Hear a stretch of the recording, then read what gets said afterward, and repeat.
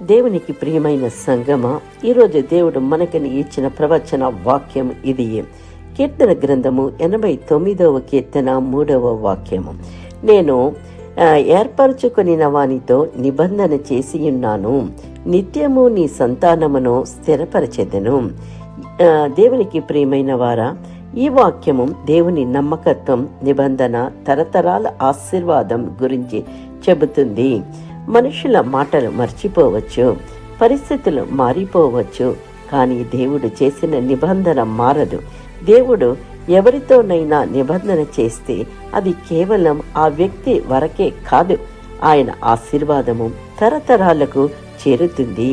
ఈ వాక్యంలో ఒక గొప్ప భరోసా ఉంది. దేవుడు స్థిరపరిచినది మనుషులు కోల్చలేరు. కొన్ని కుటుంబాలు ఒడుదుడుకులు చూస్తాయి, కొందరి జీవితంలో అస్థిరత్వం కనిపిస్తుంది. సందర్భాలలో మా ఇంటి భవిష్యత్తు ఏమవుతుంది అని మనసు భయపడుతుంది. కానీ దేవుడు చెబుతున్నాడు, నేను నిబంధన చేసిన వాడిని నేను స్థిరపరచెదను. మనము దేవునితో నడిస్తే ఆయన కృప మన జీవితం మీదే కాదు, మన పిల్లల మీద, మన తరతరాల మీద కూడా ఉంటుంది. అందుకే ఈ వాక్యం మనకు నేర్పేది ఏమిటంటే, దేవుని నిబంధన శాశ్వతమైనది, దేవుని వాగ్దానము నిలకడైనది. దేవుడు ఆశీర్వదించిన తరాన్ని ఎవరు సులభముగా కూల్చలేరు. మన విశ్వాస జీవితం మన తరువాత తరాలకు పునాది అవుతుంది. ఈసాకు అబ్రహాముకి ఇచ్చిన నిబంధన ఈసాకు కొనసాగించెను. తండ్రికి ఇచ్చిన ఆశీర్వాదం కుమారునికి చేరింది. దేవుడు తరతరాల దేవుడు అని ఈసాకు జీవితంలో మనము చూస్తాము. దేవుని ఆశీర్వాదం ఒక వ్యక్తితో ఆగిపోదు, అది తరతరాల మీద ప్రవహిస్తుంది. యాకోబు జీవితంలో ఎన్నో కష్టాలు, తప్పులు, పరుగులు ఉన్నా దేవుడు అతన్ని విడువలేదు.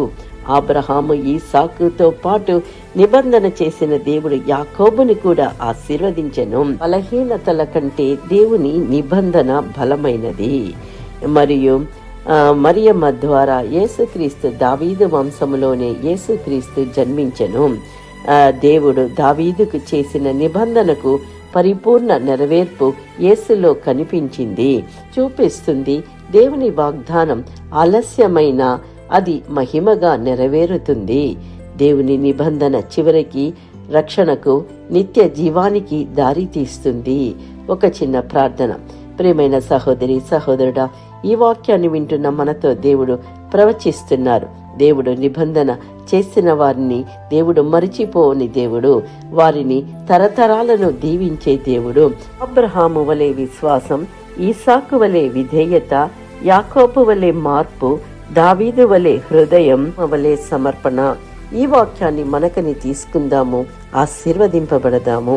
దేవుడు మన తరతరాలని ఆశీర్వదించే గొప్ప దేవుడై ఉన్నారు. Amen. Please like, subscribe and comment. Thank you.